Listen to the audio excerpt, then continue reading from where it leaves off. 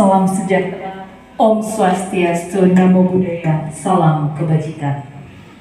Mohon izin, Bapak Ibu yang saya hormati, di sini saya beserta rekan saya, Bapak Edi Sunandar, kami menyampaikan tentang modul 1.1 dan 1.4 Filosofi Ki Hajar Dewantara dan Budaya Positif terkait tugas dari guru penggerak.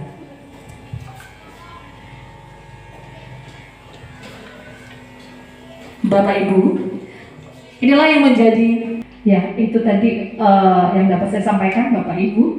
Mudah-mudahan bermanfaat dan ini akan disambungkan oleh rekan saya, diulas kembali oleh Bapak Edi Sunandar. Terima kasih.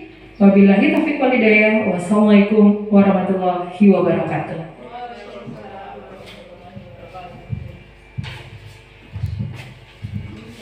Baik, sebelumnya terima kasih untuk kesempatannya yang diberikan kepada kami.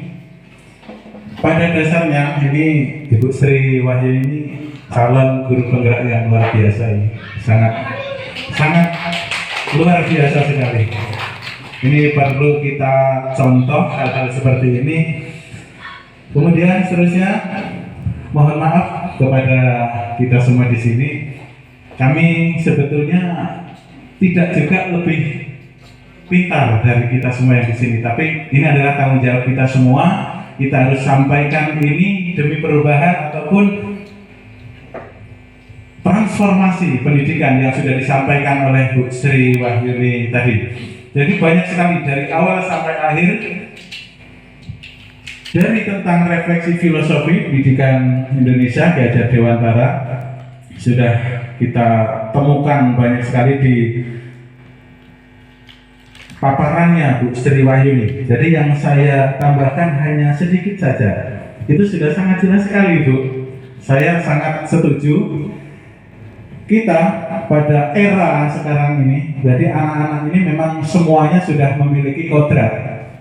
Dari kodrat alam, kemudian kita memasuki pada kodrat zaman. Anak-anak dengan lahirnya mereka sudah membawa bekal dari Sang Ilahi. Jadi mereka punya kodrat alam.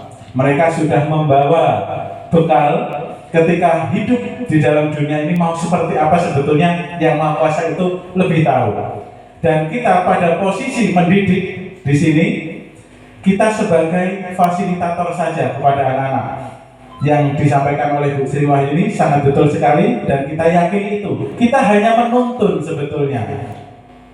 Kita bebaskan mereka karena sekarang ini kita masuk pada eranya merdeka belajar, gitu ya, merdeka belajar. Anak-anak itu bebas loh, ya, bebas mereka itu untuk menguak, mengeksplor potensi yang ada di dalam diri masing-masing. Kita hanya menuntun, kita sebagai monitor saja. Biarkan mereka tumbuh dengan kodrat alamnya. Kita sebagai fasilitator mengawasi dan tuntun mereka ketika mereka mulai menuju ke arah-arah yang kita bahasakan sebagai jurang. Jadi mereka sebetulnya bebas, tapi bebasnya mereka kita pagari sebetulnya, kita tuntun. Jangan sampai anak ini karena bebasnya mereka nyemplung pada hal-hal yang tidak baik. Gitu. Jadi tadi ada restitusi dan segala macam itu sampai di ujung ya. Pada prinsipnya kita berikan kebebasan sekali lagi kepada anak-anak. Kita hanya menuntun, sekiranya mereka mau miring-miring ke arah hal-hal negatif, nah barulah kita dekati mereka. Mereka adalah tanggung jawab kita.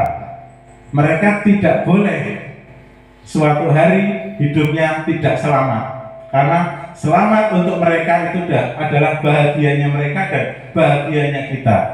Kita nggak akan ridho sebetulnya melihat suatu saat kok anak kita menjadi susah. Kita akan senang ketika suatu saat melihat anak-anak kita tumbuh bahagia seutuhnya.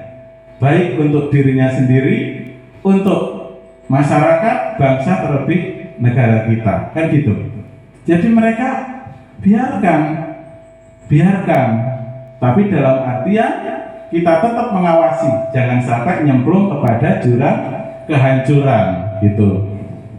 Kemudian budaya positif tadi, betul, pada dasarnya anak-anak kita tidak terlalu kecil untuk tingkat SMP. Mereka sudah bisa membaca sebetulnya mana sih yang baik dan nggak baik. Tapi perkembangan anak tidak bisa, betul, tidak bisa kita samakan. Ya, ada si A diomongi 1 kali nyambung, si B 2 kali nyambung, ada si C 5 kali belum nyambung, si E sampai 15 kali nggak nyambung. Tapi itulah anak kita, itu realita yang ada di kehidupan kita sehari-hari. Bahkan bukan hanya anak-anak, orang tua pun belum tentu dewasanya bareng, kan gitu. Ada yang, oh bu, si A datang ke sekolah terlambat, kita jangan langsung memvonis, kok datang terlambat, malu terlambat. Ya memang malu terlambat kalau kita sudah menyadari bahwa itu dibuat-buat. Tapi kita nggak akan merasa malu, toh itu bukan saya sengaja. Memang ada hal-hal lain yang tidak bisa saya hindarkan pada saat itu, sehingganya saya terlambat, kan gitu. Jadi di tempat lain kita berguna. Walaupun di satu sisi pada dasarnya secara kasat mata kok seolah-olah tidak memperhatikan keyakinan, kan gitu. Bukan aturan tadi ya, kita yang bahas adalah keyakinan. Kita ada keyakinan malu datang terlambat. Oke, tapi pada kenyataannya ada saja yang kadang terlambat. Tapi itu bukan menjadi satu momen yang kita terus menjatuhkan, oh si A suka terlambat, bukan. Dia pun tidak suka terlambat, tapi karena sesuatu hal menjadikan dia menjadi terlambat di bagian ini. Tapi di bagian lain dia bermanfaat, ya. Karena memang kejadian, dan kita ini memang belajarnya adalah sepanjang hayat ya. Kita tidak ada yang terlambat untuk belajar. Sekarang belajar, besok belajar, seterusnya juga kita selalu dalam proses belajar. Belajar memperbaiki diri. Belajar, baik-baik dan menuju ke lebih baik. Tidak bisa kita batasi, besok semuanya sudah sempurna, tidak. Karena memang belajar adalah sepanjang hayat. Memang pada saat ini terlihat, oh seolah-olah ini sempurna, itu penilaian si A. Tapi kita yakini, di kehidupan ini nggak ada yang sempurna. Yang adanya adalah berproses, baik, lebih baik, baik lagi, gitu, dan seterusnya. Oke, Bapak Ibu sekalian, saya yakin dari semua paparan yang tadi kita sampaikan, sebetulnya kita pingin, ya, dengan Merdeka Belajar, anak-anak punya profil menjadi pelajar yang Pancasila. Profil pelajar Pancasila. Saya di setiap kelas, setiap saya masuk, bahkan saya tidak bosan-bosan, selalu mengingatkan, anak-anak kalian itu semua harus dalam keadaan bahagia, bebas dalam belajar.